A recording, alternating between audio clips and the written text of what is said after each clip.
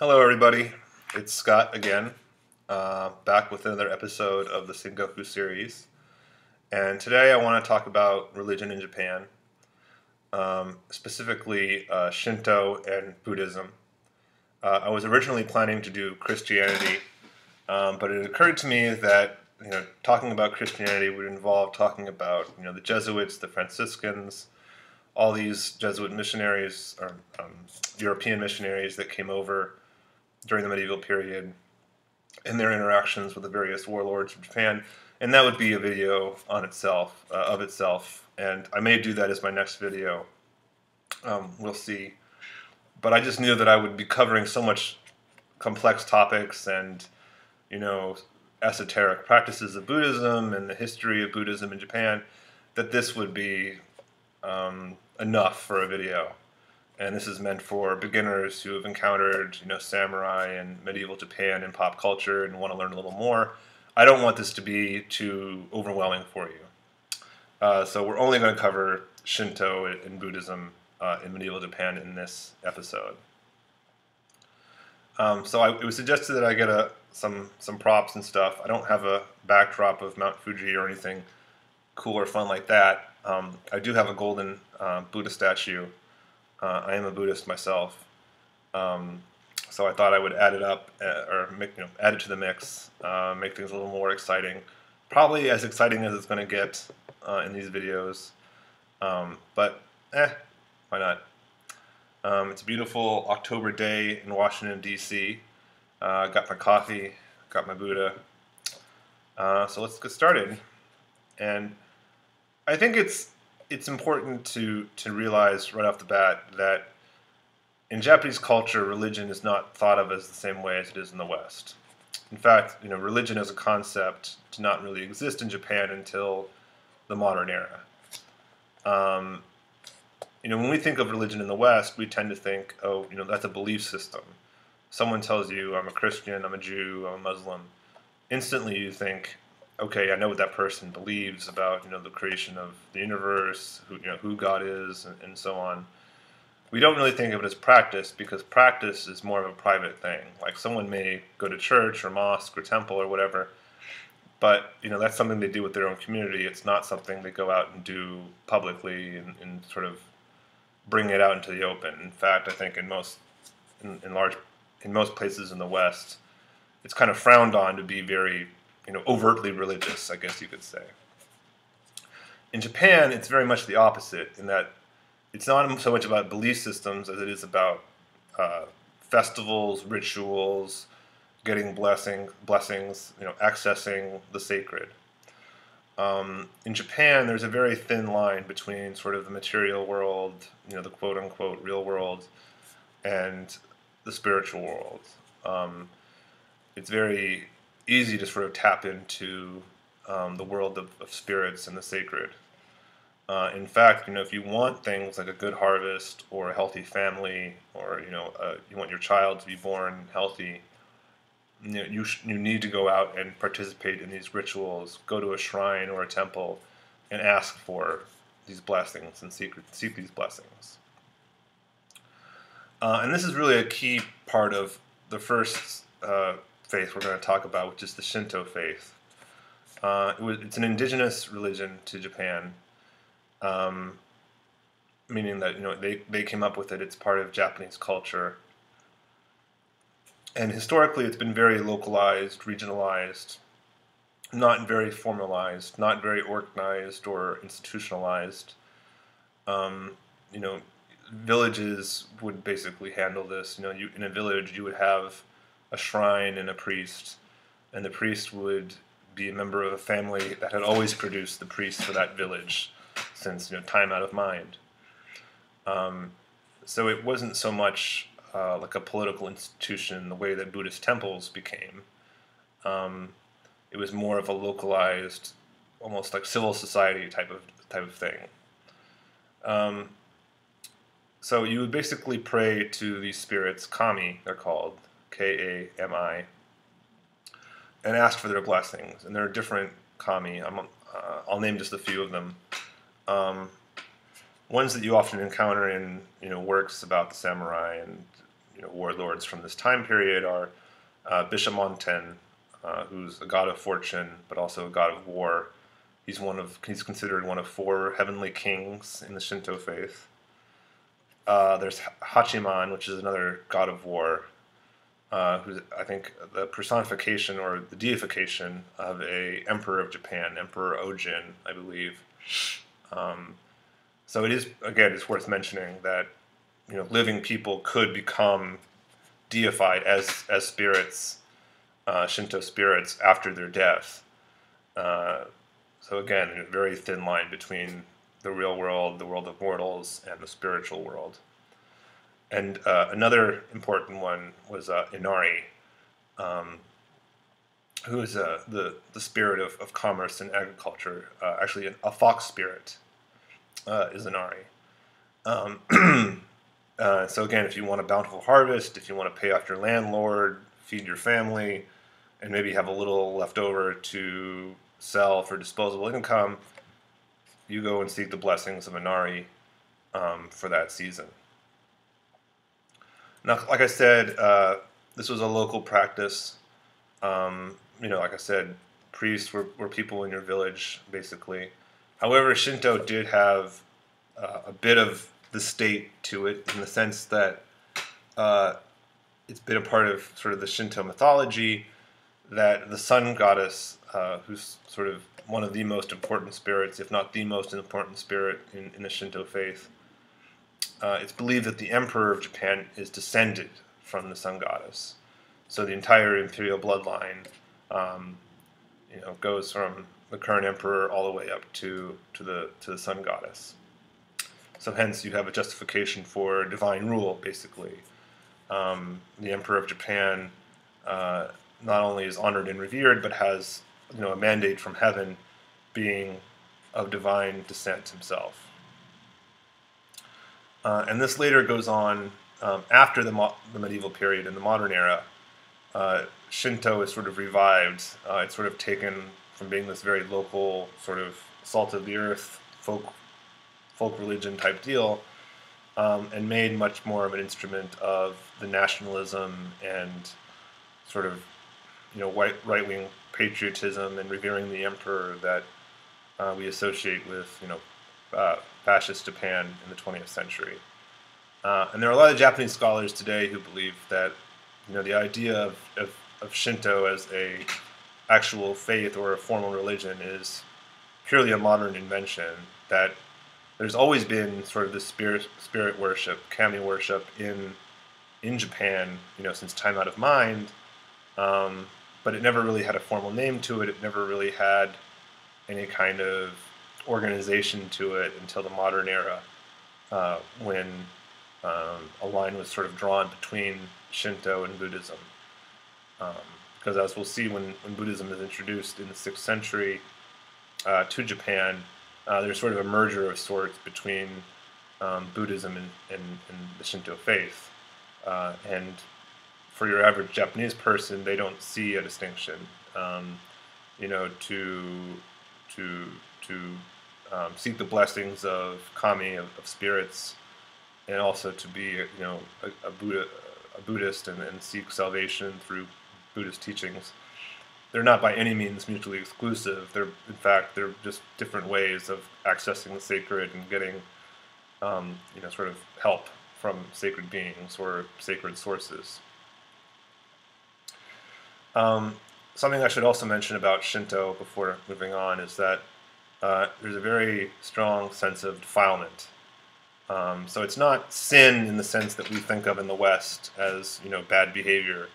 It's coming into contact with things that are considered unclean or unholy, I guess you could say. So things like blood, death, disease, these are all things that are considered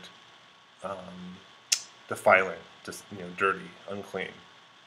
And if you encounter these things, then you have to go and purify yourself at a Shinto shrine with the help of a Shinto priest. Now this is important because in the Japanese societal structure, at the very bottom, you have what were basically considered non-persons.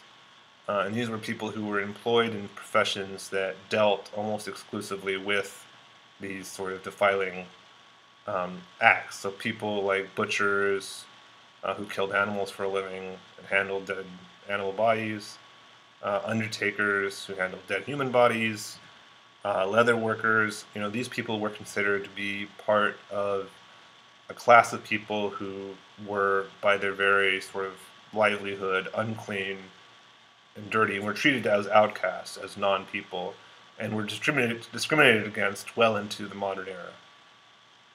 Now, you almost hear nothing about these people because just in the Japanese mentality, they weren't worth writing about because they weren't really people.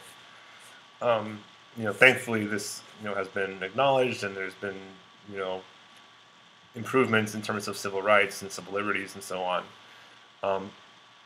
But if you want to understand sort of the societal structure of Japan, it's worth knowing that they exist. Now, moving on to the 6th century, this is when Buddhism comes to Japan. As I mentioned in a previous video, it was the Soga clan that really sponsored and championed the spread of Buddhism in Japan, and sort of Buddhism becoming an official religion of Japan. And the clans that opposed them in the 6th century were clans that were considered to be sort of the heralds, or the masters of ceremony, I guess, for the Shinto faith up to that point. They were sort of the mediators between the imperial court and the Shinto faith. They lost out, the Soga prevailed, Buddhism came to Japan and spread. And initially, Buddhism was very much a court-centered religion, almost a state-run religion, in that the imperial court decided how many monks would be ordained. The emperor himself was sometimes ordained as a monk, and these monasteries that were set up really catered only to the nobility and the upper classes. This was not a religion that was for the common people, although the common people were certainly aware of it. And like I said, there was this sort of fusion between the Shinto religion and Buddhism, in that spirits from the Shinto faith were considered almost on the same level as saints or bodhisattvas, who are sort of like holy men or holy people in Buddhism, people who have reached enlightenment but who stay behind and spread the word of Buddhism, or help other people become Buddhists. And I should say really quickly, what is Buddhism, in case you don't know. Basically, Buddhism was founded in India in ancient times by a prince named Siddhartha. He wanted to find an escape from suffering and the vanity of youth, and this idea that everything is fleeting and unsatisfactory because nothing lasts, whether it's youth or beauty or any of that, or wealth. So he became an ascetic, meaning he lived out in, is that right? Ascetic. He lived out in the wilderness, deprived himself of all the luxuries that were available to him. He realized that was too extreme, and what he needed to do was find an inner peace, inner calm, by thinking kind, compassionate thoughts, practicing kind, compassionate speech, doing kind and compassionate things, and sort of seeking this middle way between overindulgence and too much spiritual practice and shutting yourself out from the world. In India, it was sort of, Buddhism was overcome by Hinduism. Hinduism sort of went through this revival and what prevailed out over Buddhism. Buddhism moved to China, where it flourished, and then to Korea, and then to Japan. Now, there are different branches of Buddhism, just very briefly. The one that we care about for the purposes of this video is Mahayana Buddhism, which is much more sort of missionary in aspect than other branches, meaning that it's not just about you yourself going through personal experience and attaining enlightenment and salvation and so forth, but also bringing salvation and ending the suffering, basically, of other beings in addition to yourself. And in Mahayana Buddhism, there's this belief that everything has a Buddha nature, everything has the capability of being enlightened and free from suffering, and that these, bodhisattvas, these religious figures, these living saints, they reach enlightenment and they stay behind on Earth, and they can help you reach enlightenment. And it's very common to have, statues like this one of bodhisattvas, or the Buddha himself, and to meditate, but also to ask for blessings from these figures. So there's a lot of sort of overlap in Japanese culture between seeking the blessing of a kami, a spirit, or seeking the blessing of a Buddhist bodhisattva.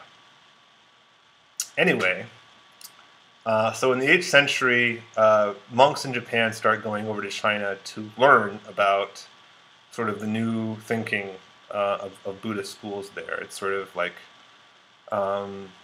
China is the Milan or Paris of, as Milan and Paris today are to fashion, China was to Buddhism, because that's where all the main Buddhist schools were. And since Japan had just recently discovered Buddhism, they wanted to know what was sort of the fresh, new stuff. So monks go over and come back, and 2 schools that emerge in Japan based on these trips to China are the Tendai and the Shingon schools. And these 2 schools become very institutionalized, very prominent, very active in Japanese politics in the medieval era. Tendai, they are a very inclusive school. They believe that there is no right or wrong way to Buddhism, that there are many different ways. There are even contradictory ways to reaching enlightenment. These are not actually contradictory, they're just different ways of reaching people to help them reach enlightenment.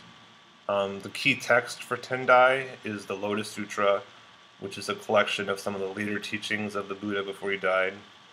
A very important document for them.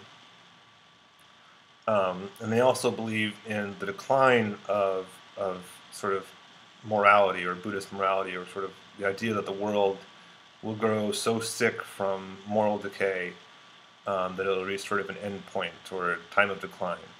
That's important because of what comes later. And so this school, the Tendai, is based on Mount Hiei, which is a large mountain near Kyoto, the capital. And they have this massive mountain complex that overlooks the capital. And this also becomes more important later on when we start talking about Oda Nobunaga, which again will probably be in a different video. The other school that I mentioned, Shingon, is founded on Mount Koya. And I should mention that mountains are very sacred places in Japanese culture. Shingon is very esoteric, meaning it's really centered around rituals being handed down and passed down from master to student. It's sort of considered to be secret knowledge, hidden knowledge that you have to, I guess, earn in a certain respect, meaning that you have to be a monk or you have to be a patron of the monastery to get sort of this special religious instruction that's not available to everybody. So as you can see, it's very much a faith at this time geared toward the upper classes, people who have disposable income that they can spend on, hiring a religious teacher, buying religious texts, becoming familiar with all these esoteric practices. If you're a common person, you don't have these things. You don't have the time or the resources or these luxuries to spend on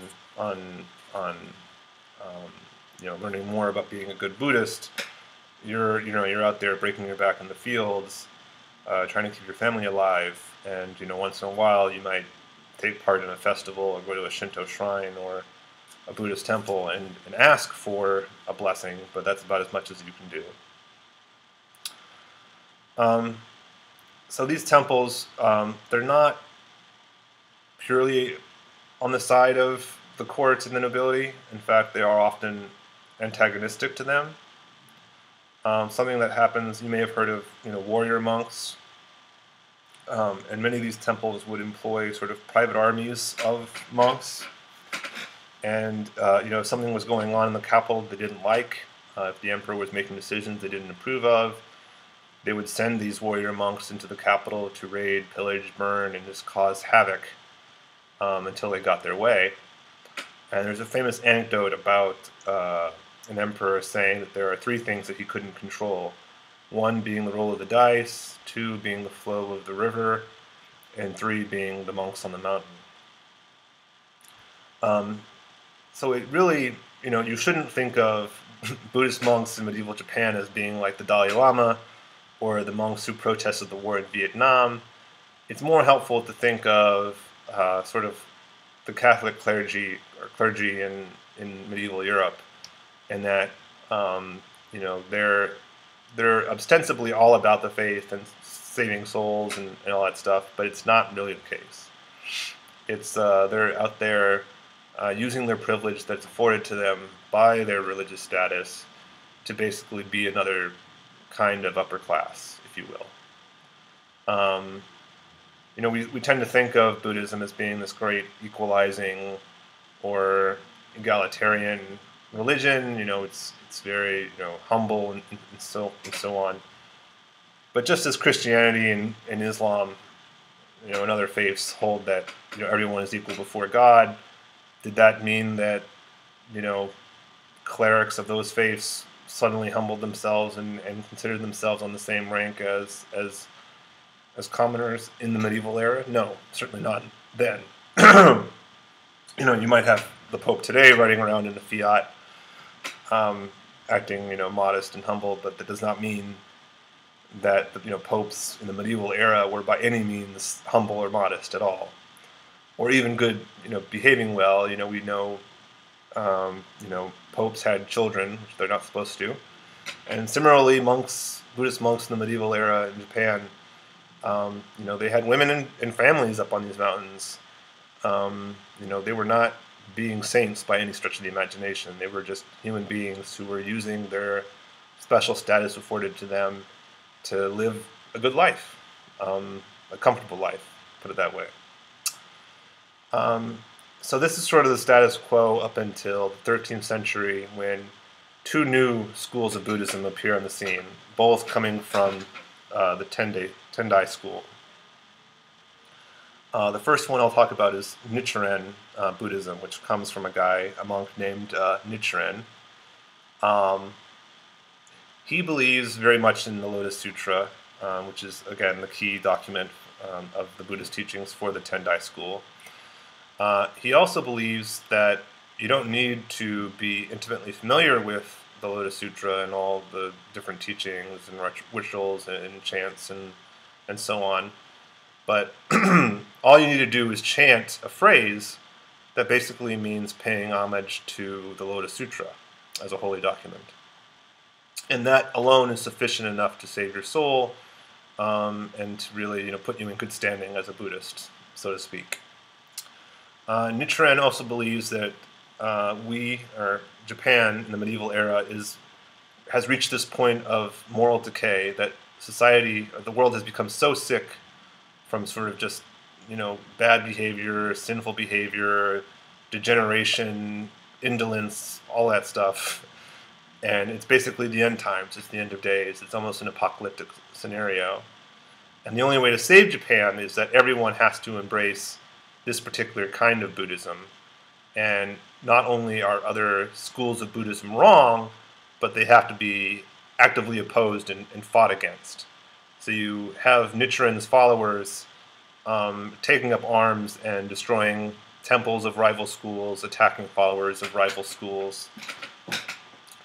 And it's a really notable case of exclusionary Buddhism, because Buddhism, generally speaking, does not say, we're right, they're wrong. There are different ways. There's nothing mutually exclusive about being a Buddhist or a follower of the Shinto faith or whatever. So Nichiren really gets the ball rolling in that regard.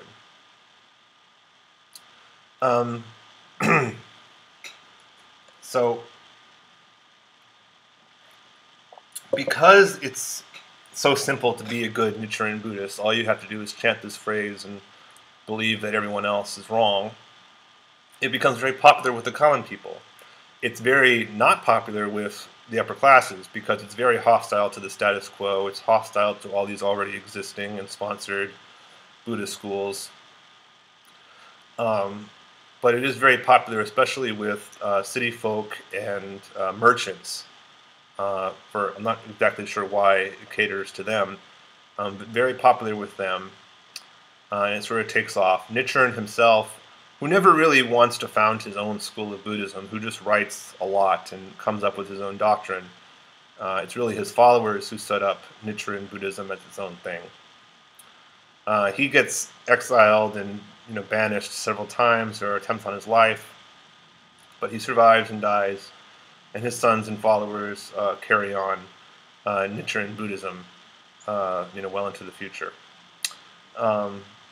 To give you an example of a prominent follower of Nichiren Buddhism from the Sengoku period, Keto Kiyomasa is a pretty well-known figure, known for being somewhat of a humorless figure, very austere, very severe, did not believe in dancing or poetry for samurai. It was a very austere life. He was very much a Nichiren Buddhist and very hostile to everyone else who wasn't one. And I believe Matsunaga Hisahide, who I talked about in the Bushido episode, was a Nichiren Buddhist and was very opposed to Christianity and the spread of Christianity in Japan when he was a local warlord. Anyway, another school very similar to Nichiren Buddhism, although they probably wouldn't like me to say that, is Pure Land Buddhism, which is founded by Honen, who's another monk from the Tendai school. He also believes in the power of chanting. He also believes that we are living in the end times, that this is the end of days for Japan. Except he's not so much about the Lotus Sutra as he is about the Amida Buddha. The Amida Buddha being one of those holy figures. He had been a real person in ancient India who reached enlightenment, become a celestial Buddha, meaning sort of a deified Buddha figure. And the idea goes that if you have faith in Amida Buddha, you will be reborn in the next life in a Western paradise. And this wasn't Honen's own thing. This was something that had come from China originally, or maybe even India before that, I forget. But Pure Land Buddhism did not start in Japan. It was something that had been brought over, so much about Buddhism in Japan was imported from the Chinese mainland. Anyway, so for Pure Land Buddhism and Honen, it was all about putting your faith in Amida Buddha, believing in Amida Buddha, and everything else was not necessary. So again, very popular with the common people. Unlike Nichiren Buddhism, which was popular with city folks, Pure Land Buddhism was very popular with farmers, peasants, and country samurai, rural samurai.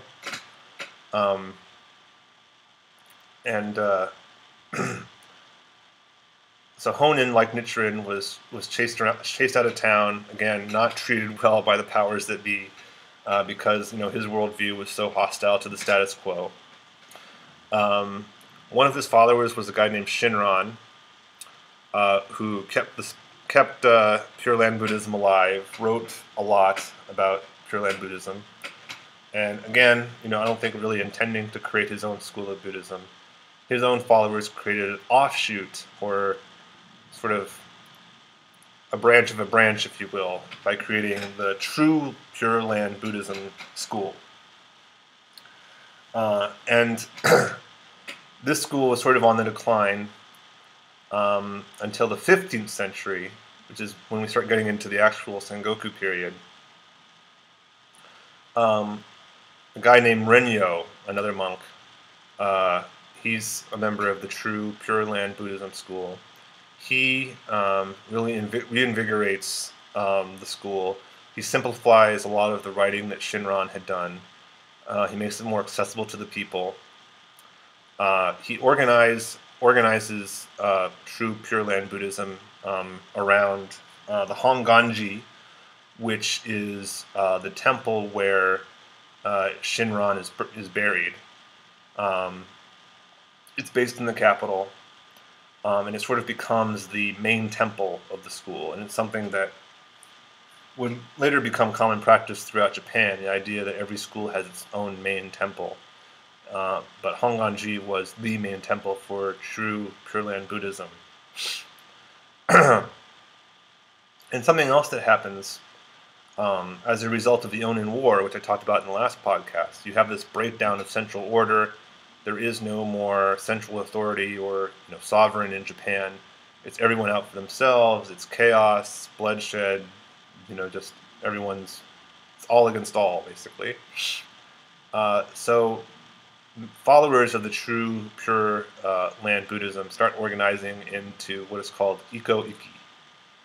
Ikki refers to leagues. It just means leagues.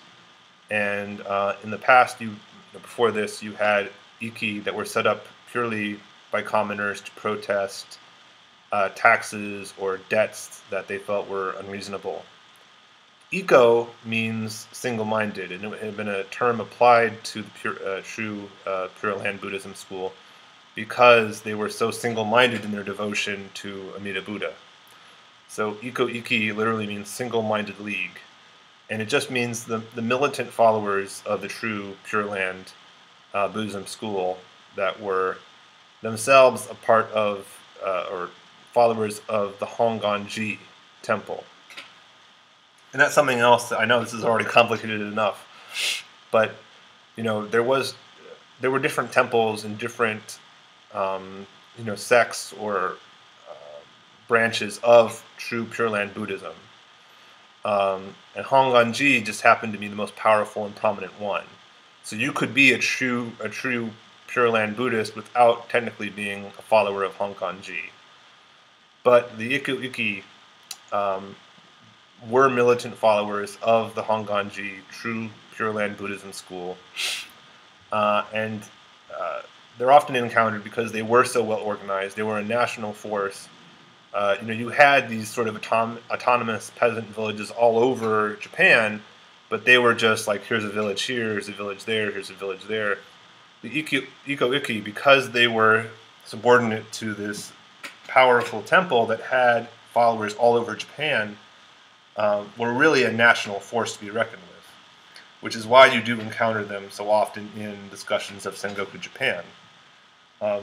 Something that happened between the Onin War and the 15th century was a rebellion in Kaiga province, which is in northern central Japan. What had happened was a warlord had taken power there after the Onin War, the breakdown of the national government, and he had actually used some followers of the Honganji temple, fought against other followers of the Honganji temple, taken power in Kaiga. After taking power, had attempted to impose taxes on the Honganji temples, or the affiliated temples there, and because this was a big no-no for the temples, they rose up in rebellion and overthrew him. And they did this using the Ikko-ikki. And because the Ikko-ikki, there was no sort of distinction of status. The thing about Pure Land Buddhism, one of the things that made it so popular was that, again, it wasn't just for the upper classes, it was for everybody. So you had followers who were peasants and commoners, you had followers who were warriors, members of the warrior classes, all mixed together. Which is not to say that, they saw themselves as equals all the time. It just meant that, in the context of their religion, they were equals. The rest of the time, you're a peasant, you're beneath a warrior, because that's just the way society is ranked. And you're not trying to necessarily overthrow that part. You just want to see yourself as equal standing on religious terms. So it wasn't like these guys were communists or Bolsheviks or pseudo proto Bolsheviks or something like that. They were purely united by their shared belief in the tenets of the true Pure Land Buddhism school. And they were acting purely out of practical interest. They didn't want their temples to be taxed and thereby subordinated to this warlord who had taken power in the Kaiga province. And so once this warlord was overthrown, the Honganji affiliated temples in the area start helping to run the province. And this has led historians to say, well, Kaiga was run by commoners or peasants. This is not strictly true. Honganji affiliated temples helped to run the province, but it was really a civil society, meaning that it wasn't formal. It wasn't a formal government. It was just kind of like how if in your state, the national government broke down, it wouldn't be Cormac McCarthy's The Road the next day. It would be churches would start running food banks and handing out food. Your PTA board might get together. The local militia might provide some security functions with the police. Like it wouldn't necessarily mean a total breakdown of order. So when this warlord was overthrown in 1488 in Kaiga province, it wasn't like the peasants organized into communes or Soviet workers' councils or anything like that. These temples merely shared power with other sort of informal authority figures that were just there from society, if not the government, but not government, not like formal government bodies. So that's an important distinction to make, because people often hear, well, the Ikko-ikki were running provinces with peasants, so they must have been very egalitarian and anti-authoritarian. No, not true. If anything, when Renyo came along in the 15th century and really reorganized and institutionalized and revived true Pure Land Buddhism, he made it more institutional, meaning he really imposed a hierarchy on something that had not been in favor of a hierarchy.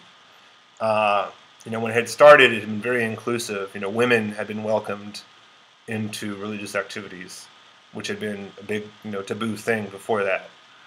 But by making things centered around the Honganji temple, it really set up the head of the Honganji temple as being the head of the true Pure Land Buddhism sect.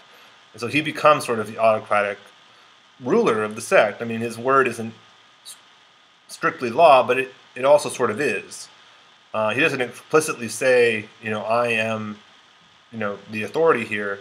I am the prophet of Amida Buddha. But in the minds of the followers, he might as well be, which is important when we talk about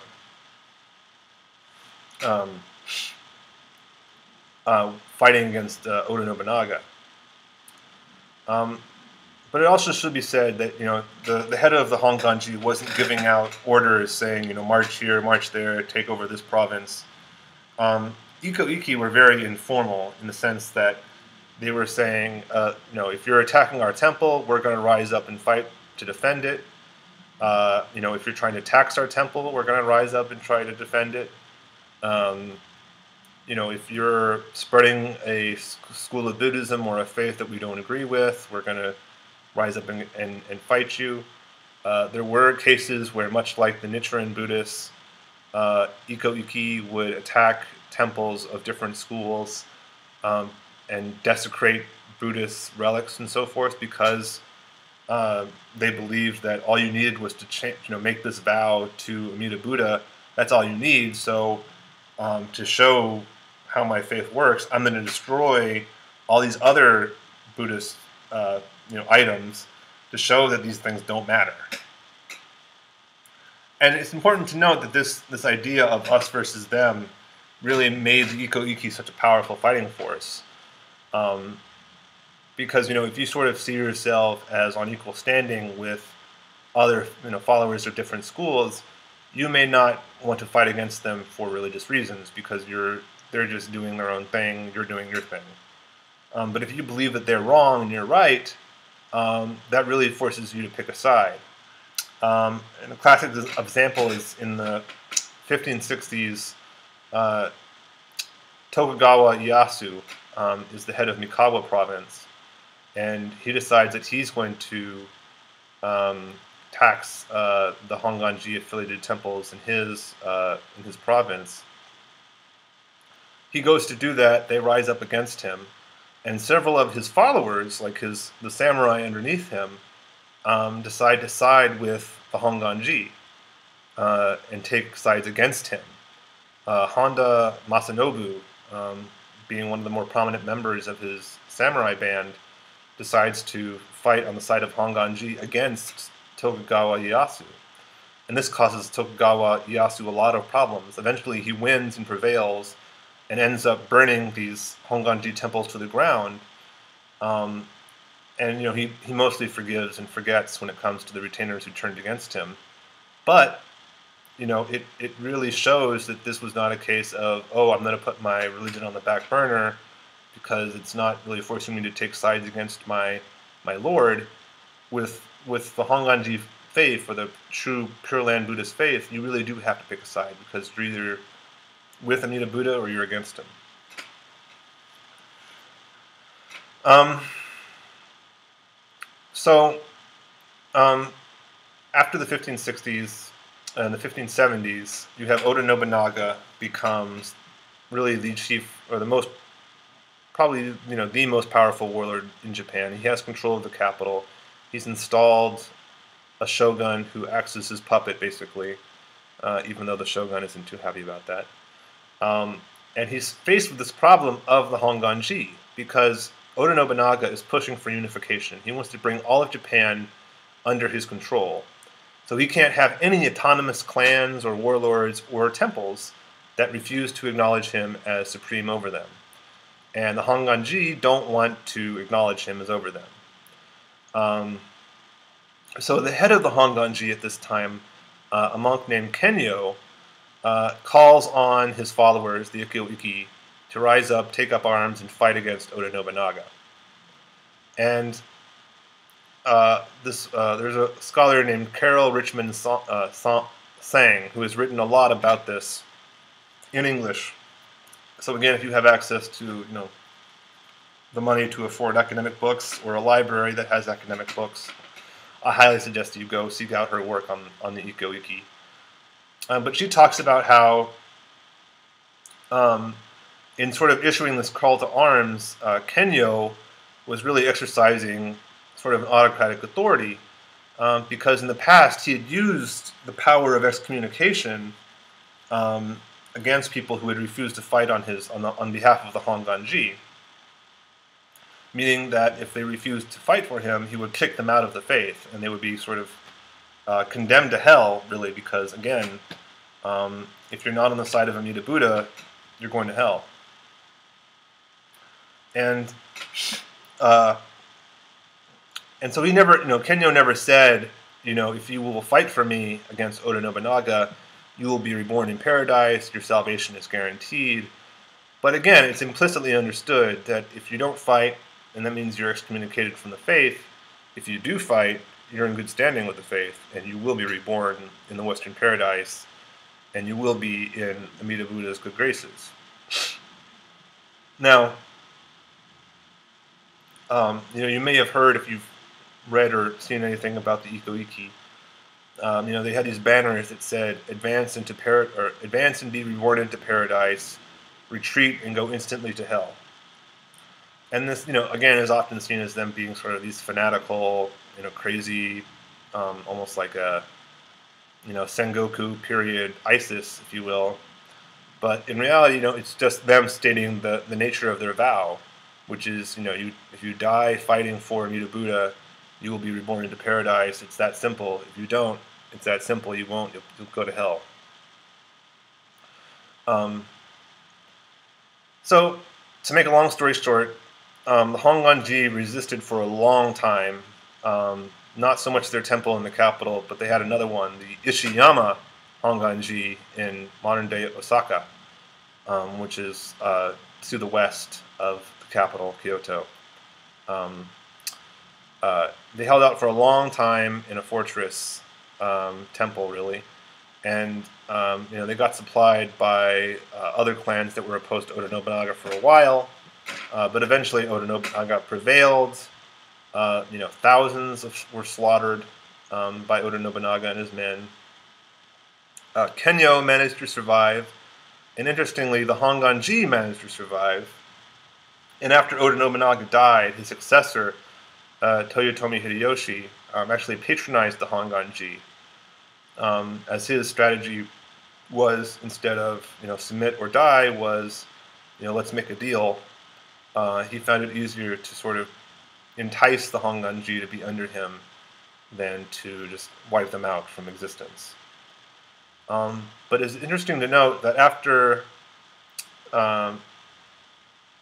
Tokugawa Yasu succeeded the Toyotomi clan and set up the shogunate that really ended the Sengoku period and once more brought a lasting peace to Japan, you really had the end of these sort of exclusionary sects. The Nichiren Buddhism and Pure Land Buddhism have survived on to the present day. Nichiren, unfortunately, had a lot of associations with the fascist movement of the 20th century, and a lot of the attempted coups to bring Japan into imperialist aggression a lot sooner than it did. Pure Land Buddhism, to my knowledge, never really went to anything back like the Ikkō-ikki days, or those kind of practices, to my knowledge. But I'm not an expert on the Sengoku period or the Edo period, which came afterward. So if someone wants to correct me on that, please, by all means, go ahead. So before I close, I just want to suggest some books that I think would be helpful if you're more interested in this topic. This one is War and State Building in Medieval Japan. It has an article called Advance and Be Reborn in Paradise by Carol Richmond Sang. And she's also written a book called War and Faith about the Ikko-ikki in the late Sengoku period. Another book that's very popular on this topic is The Samurai and the Sacred by Stephen Turnbull. I've made fun of him, or I pointed out some of the flaws of his research in the first video that I did, but unfortunately, beggars can't be choosers. It really isn't, that serious of a work. There are a lot of pretty pictures, and it's really.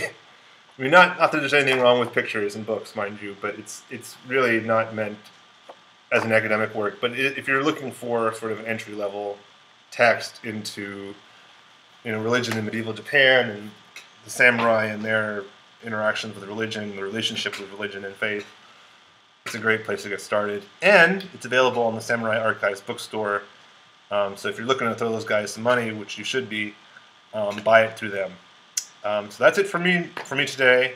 I hope you enjoyed this video and learned a thing or two. As always, please send me messages, comments, feedback, whatever. And I'll see you next time. Bye-bye.